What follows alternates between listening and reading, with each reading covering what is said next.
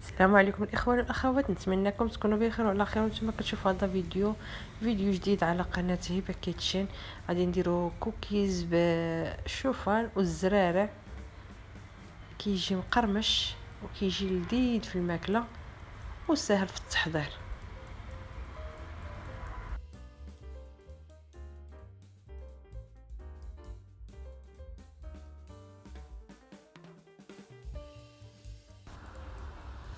اول حاجه عندنا هو الشوفان. عندي هنا 300 غرام ديال الشوفان، يعني عادي ما طحنتو ما حتى شي حاجه. عندي كاس ديال دقيق الفورس، ممكن تعوضوه بالفينو او دقيق بنخالته، دقيق القمح اللي بنخالته. عندي نص كاس ديال سكر سنيده وكاس الا ربع ديال الزيت. عندي واحد ساشي ديال الفاني، انا استعملت هذه اللي بنكهه زهره البرتقال. وعندي ساشي ديال الخماره فئات 7 غرام. غنحتاجو الحليب باش غادي نجمعوا الخليط، الزرارع كتبقى بالنسبه لكم كل واحد واش بغى يدير. انا درت هنايا الزنجلان، زرعت الكتان. عندي هنا حبيبات الشكلاط ديال حبه الكوكيز، وعندي شويه ديال الجوز او القرقاع اللي قطعته هكا طريفات صغار. وعندي واحد النوع ديال شكلاط ايفيلي حتى هو غادي نزيدو. يعني الزرارع كتبقى كل على حسب كل واحد اشنو كيتوفر عنده والكميه اللي بغى يدير. كناخذ واحد الاناء كنحطو فيه داك الشوفان، كنضيفو داك نص كاس ديال السكر والكاس ديال دقيق الفرص. كيف ما قلت لكم ممكن تعوضوه بالدقيق ديال اللي بنخالته او بالسميده او بالفينو.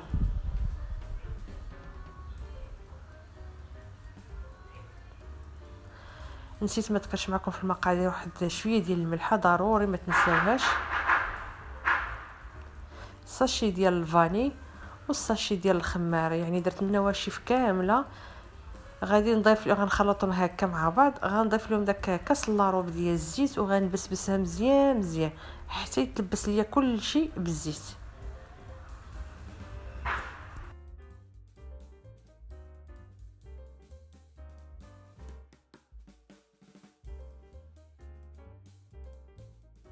صافي بعد ما بسبست كل شيء غنضيف هاد الزرارع اللي غندير حبيبات الشكلاط، وغادي نضيف الزنجلان.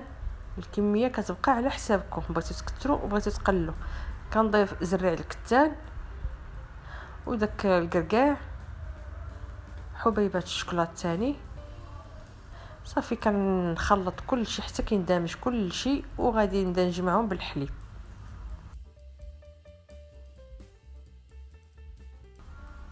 عندي هنا كاس ديال الحليب، غادي نبدا بالنص وغادي نبدا نعجنو هكا. عاد غادي نضيف النص الاخر.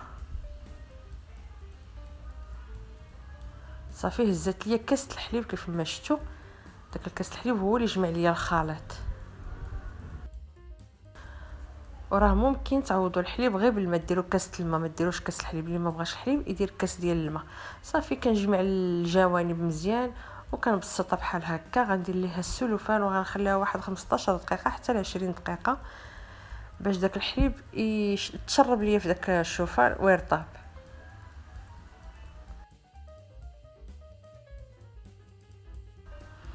صافي بعد ما دازت 20 دقيقه كيف ما شفتوا، يعني الخليط شد راسو مزيان، تشرب داك الحليب اللي باش جمعته.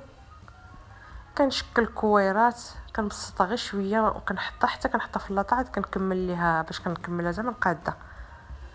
غنبقى غادا هكا كندير كويرات في نفس الحجم ونحطهم في اللاطه.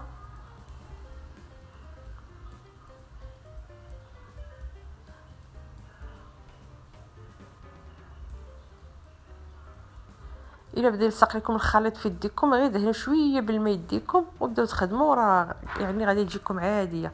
صافي كناخذ المعلقه او تخدموا بصبعكم ماشي مشكل. كنبقى نبسط الكوكيز ديالي، كنعطيه يعني ضروري ترققوه باش يجيكم مقرمش ما يجيكمش غليظ، حيت راه فيه واحد الخماره.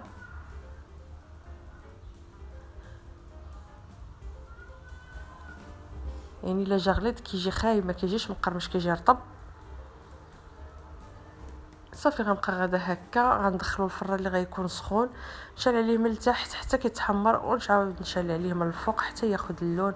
وهذا هو الكوكيز ديالنا بعد ما خرجته من الفران. كيف ما شفتوا كيجي محمر وكيجي مقرمش.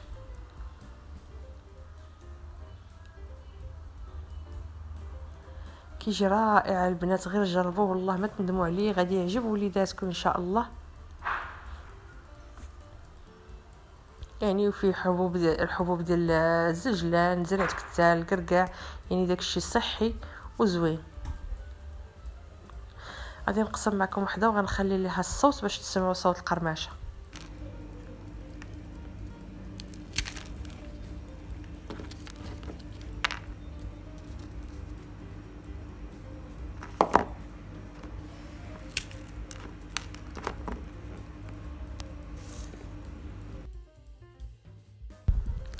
كنتمنىكم تجربوه لاول مره كتشوف القناه ديالي. ما تنسانيش من الاشتراك وتفعل الجرس باش يوصلها كل جديد، وما تنسونيش من اللايكات ديالكم الزوينه والتعاليق اللي كنقراها كامله. وشكرا لكم.